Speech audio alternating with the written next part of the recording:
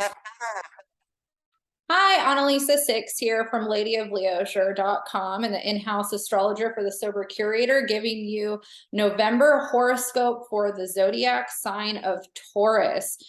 Taurus, this month for you coming up is not going to be easy when it comes to your sense of security and stability within yourself. This is a big month of internal reflection in terms of what you do for work and how you feel you're of value in the work that you do.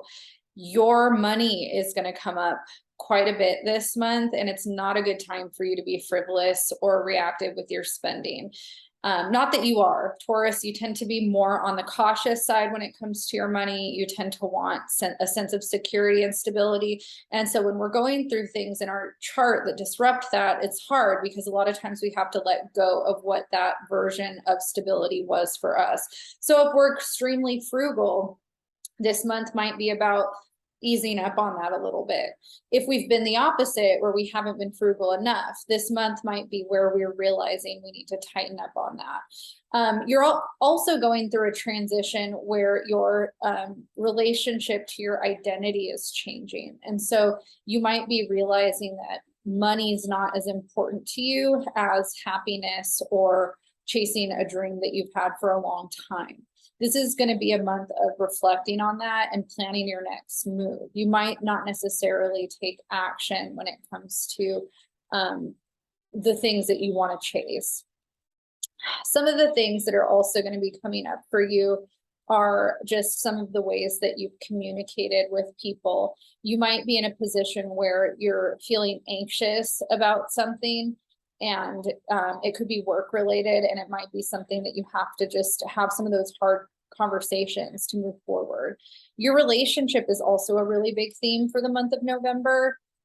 You're going to desire a lot of connection, and you're going to need to talk with your partner about some of the things that maybe you have been avoiding discussing with them, some of the feelings that you might be having that you just haven't had the energy to address. So this is definitely going to be a time where those things are going to come up.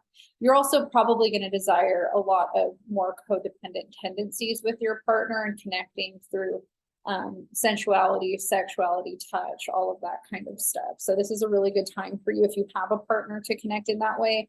If you don't have a partner and you're single, you're going to be desiring a lot of that type of connection. So it's also really important that you're mindful with who you let into your space, because your judgment might not be the best this month. But if you are feeling a desire to take a relationship to the next level, this would be the time that would make sense for you.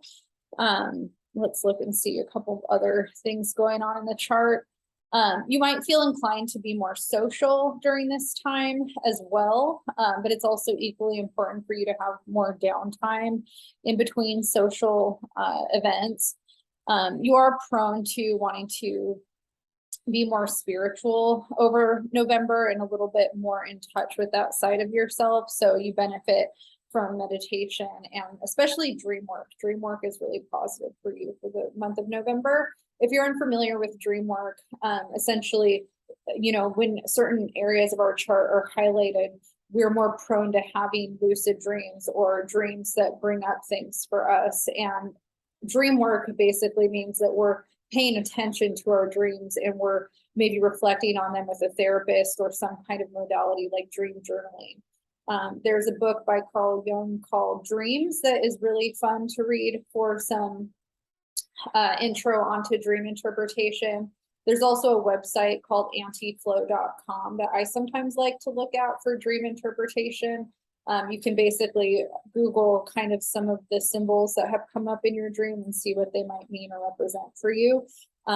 Not everything that I read on the internet feels relevant to me, but it still can be kind of a fun thing to do. There's also a lot of different modalities for dream work in terms of art, you know, using art as kind of a way to connect to your subconscious and things like that. So instead of, you know, maybe distracting yourself with TV or comfort food or movies, which is something that Taurus tends to do a lot of times, it could be positive for you to maybe go a little bit deeper with yourself and start dream journaling or even discussing with your partner some of the things that have been coming up for you in that subconscious realm. Some of the other things going on for you this month, we have a lunar eclipse on November 8th at 16 degrees of Taurus. So it's in your sign. A lunar eclipse, it happens during a full moon, and full moons oftentimes there's a few different ways full moons can be used. So when the moon is ingressing, meaning that it's moving into one of its phases, that can be a really positive time for manifestation or setting intentions. And then when it reaches its culmination into that phase, into the full moon, we have this blossom of the manifestation coming true. And then the moon begins disseminating 2 days later. And when it's in its disseminating phase, that's usually a better time for releasing and letting go. The full moon overall is looked at as a time for release and letting go. But again, it depends on whether it's culminating or releasing. A lot of astrologers and a lot of people believe that trying to manifest things during an eclipse is a big no-go. I'm of a different ilk. I don't think that way or believe that, but I think that you can feel intuitively in yourself what you feel is best for you. And this can be a time where you're either setting an intention for something that you want to move towards over the next 6 months, or it can be something that you're ready to walk away from and say goodbye to, in hopes that over the next 6 months, you'll start to see the fruition of those intentions. Either way, it's going to happen. The eclipse energy is just always about pushing us into some new phase, and the energy of it lasts for about 6 months. So it happening in your sign of Taurus is very personal for you when it comes to your identity and your identity expression. You might be feeling like you're ready to move on to a different version of yourself that you've been maybe thinking or feeling for a time. And it's happening. This is the time that it's going to happen. Whether you set intentions or not, you're going to get pushed into whatever the universe has decided is that next chapter for you. The next moon that we have for you, and again, this is stuff we're all going through, but for how it's going to be influencing Taurus, we have a new moon in Sagittarius at 1 degree. And so that energy for you is really going to, it's going to trigger some of the things that might be deeper rooted for you when it comes to your belief systems around how you share yourself with others, whether that's a marriage partner, a family member, or even multiple people in your life. But the way that you connect around resources, the way that you connect with your family around shared resources or inherited wealth could be up for review. You could be reflecting on some of those things.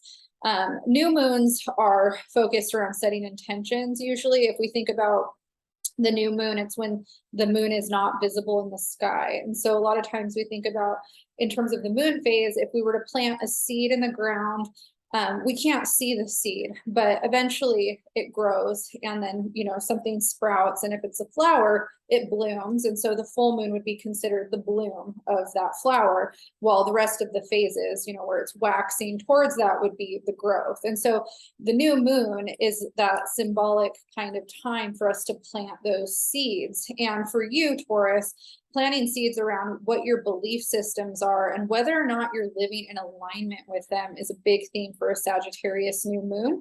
But for you specifically, it has to do with your belief systems around shared resources and your even around kind of the way you share yourself with others, whether that's your partner or your family member or the world in some way. So those are things that you're going to be reflecting a lot over the month of November.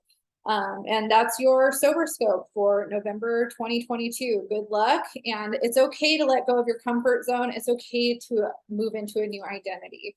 You know, life changes, things are meant to change. You don't have to hold on to who you were 20 years ago.